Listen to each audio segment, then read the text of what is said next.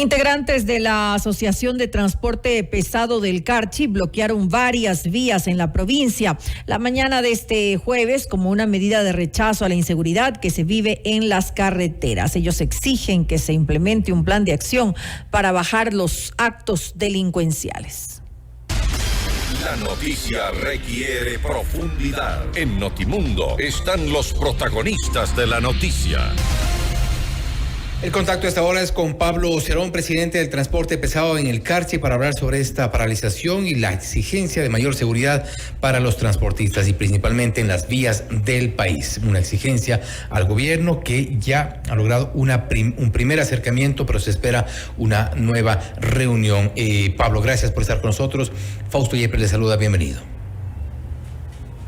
Buenas noches, estimado Fausto, mucho gusto en saludarlo. Un saludo a la audiencia que nos escucha. Gracias también, buenas noches. La situación en esta parte de la frontera y principalmente en las vías se ha anunciado en otros sectores, pero es complicada. Es una situación de inseguridad, se han registrado secuestros, asaltos, incluso robo de mercadería. ¿Tienen cifras ustedes? Sí, nosotros tenemos cifras muy lamentables.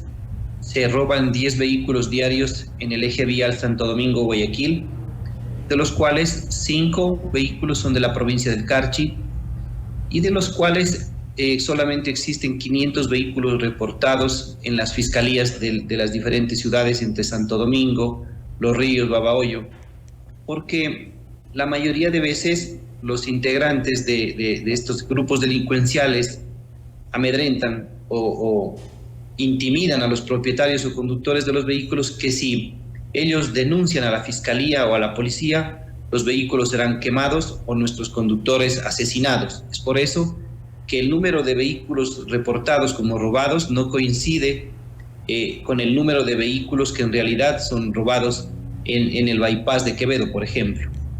Ahora bien, ustedes han solicitado primero un acercamiento con el gobierno, se plantea una nueva reunión y piden principalmente la militarización permanente de las vías. ¿Es esta la solución en este instante? Pero habrá seguramente planteamientos a futuro porque no podemos tener a los militares todo el tiempo en las vías necesariamente.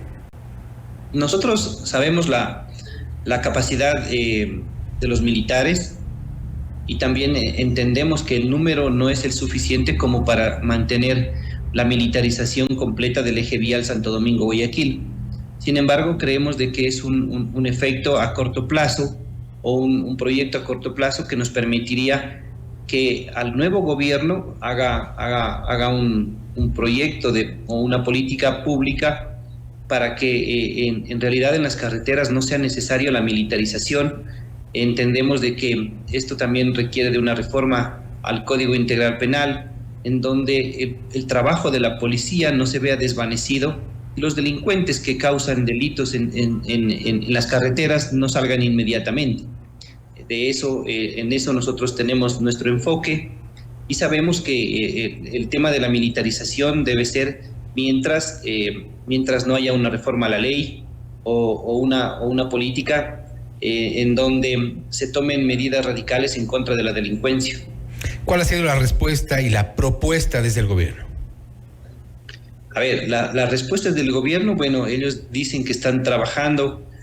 Nos han presentado el día de hoy un borrador de un documento en donde prácticamente el Ministerio de Defensa dispone que un batallón en este momento se integre al eje vial Guayaquil-Santo Domingo y se hagan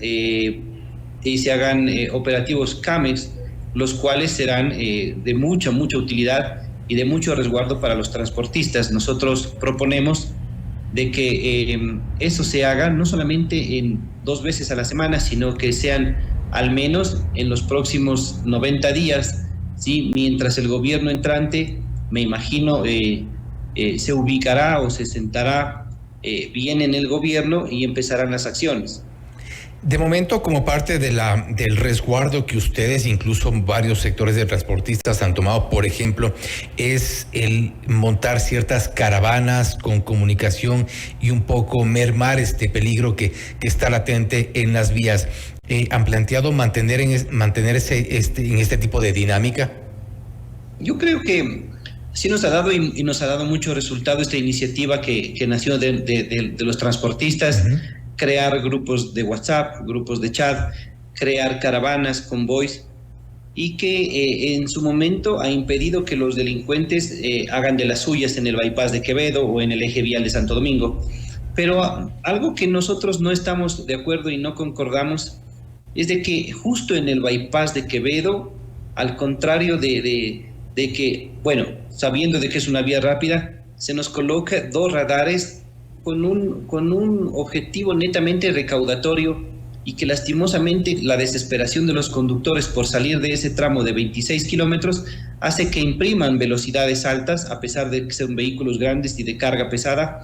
Entonces, pero inmediatamente se topan con un radar y se tienen que detener, y ese es el momento en que los asaltantes utilizan para agredir y para asaltar a nuestros compañeros. Entonces, ahí sí queda un llamado de atención a los municipios para que hagan un estudio técnico, un estudio de factibilidad para el uso de radares o para la colocación de radares, o que si no es necesario encontrar, hay tantos dispositivos que sirven para la reducción de velocidad, pero que no son netamente recaudatorios. Pero bueno, parte de la reducción de velocidad también está en la responsabilidad de los conductores. Por supuesto. ¿Y cómo van a asumir esa responsabilidad? Porque ese es otro de los temas que también preocupa en las vías, y es el exceso de velocidad de los transportistas que ocasiona en algunos casos accidentes. Eso también es parte de una responsabilidad compartida. Sí, nosotros entendemos, y jamás vamos a justificar el exceso de velocidad. Nosotros, como conductores profesionales, también tenemos que ser parte de la solución y asumir las consecuencias de un mal uso de un vehículo.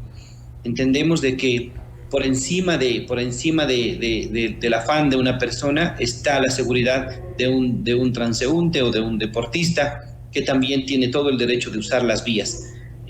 Pero sin embargo, creemos de que nosotros construiremos una política que nos permita trabajar transeúntes, deportistas, autoridades de control, autoridades de tránsito, para mantener un equilibrio y que no salga afectado, la verdad, nadie, o encontrar el punto mínimo para que todo, en este aspecto, todo el mundo, nadie tenga que lamentar ninguna pérdida, por ejemplo.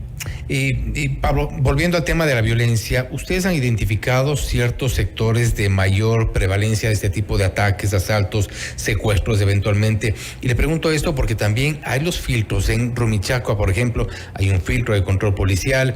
En Quevedo, usted también lo menciona, hay también algunos sectores donde hay filtros y controles. ¿Dónde se está permeando? ¿Dónde están ubicados? ¿Dónde están identificados, de acuerdo a los reportes de sus compañeros, estos focos donde existen o donde se ejecutan los secuestros de este tipo de delitos? Nosotros hemos entregado a la Policía Nacional y también al Ministerio del Interior, hemos entregado un mapeo digital de los puntos críticos en el eje vial Santo Domingo-Guayaquil. El más importante, el más peligroso, es el anillo vial en Quevedo, es Ventanas, Babahoyo, Pujan, El Empalme y Balsar. El kilómetro 26 en Durán, esos son los puntos críticos en donde yo le puedo decir también esto, no existe cobertura de telefonía celular. Es por eso que también dentro de nuestros pedidos está de que de manera, ojalá inmediata, se coloquen antenas o no sé, se trabaje para que alguna empresa de telefonía celular dé cobertura a todo el espacio entre Guayaquil y Santo Domingo, por las 2 vías, que es por El Empalme o por Babahoyo. ¿Qué modalidades de robo o asaltos se han dado de lo que ustedes registran? Porque habíamos visto en imágenes también algunas que circulan en redes sociales, incluso bloquean el paso de los camiones con camionetas, amenazan con armas. En otros casos aprovechan ciertos pasos de circulación lenta para abordar a los conductores. ¿Cuáles son estas modalidades que usted puede describirnos de lo que está ocurriendo en las vías? Sí, lo más usual es el adelantamiento de un vehículo de mayor velocidad a un camión y la amenaza con armas de grueso calibre. Lo propio lo hacen con las motocicletas, o lo otro lo hacen poniendo obstáculos a lo ancho de la calzada, que normalmente tienden a disminuir la velocidad de los vehículos e inmediatamente son abordados por los delincuentes que utilizan armas de grueso calibre, y que el conductor, al verse indefenso y por precautelar su vida, tiene que obviamente parar y entregar prácticamente el vehículo. Y aparte de eso, inmediatamente ellos solicitan la tarjeta de débito o la tarjeta de crédito, la banca virtual y la cédula, que esto es sui generis, porque analizan el perfil una vez capturado al conductor y al vehículo, analizan el perfil de la persona que va manejando, y según eso es el valor del rescate, porque ha variado entre $2.500 y $15.000 dependiendo de la persona que vaya manejando el camión. Increíble y lamentable que esto esté ocurriendo en las vías del país. Esperamos que logren las respuestas que han reclamado por parte del gobierno, principalmente para garantizar lo primero, la vida de la gente, de los conductores, de quienes están en las vías, y por supuesto la seguridad de todas las personas que están a lo largo de estos sectores. Pablo, nuevamente, gracias por haber estado con nosotros. A ustedes, muchas gracias por permitirnos la oportunidad de exponer los problemas de la transportación nacional a todo el Ecuador. Así es, nuevamente, gracias. Ha sido el tecnólogo Pablo Cerón, presidente de Transporte Pesado en el Carchi, hablando sobre la exigencia que han dado a las autoridades de gobierno por mayor seguridad en las vías del país. Exigen seguridad, exigen respuestas y la presencia de los militares. Esto es Notimundo Estelar, siempre bien informados. Notimundo.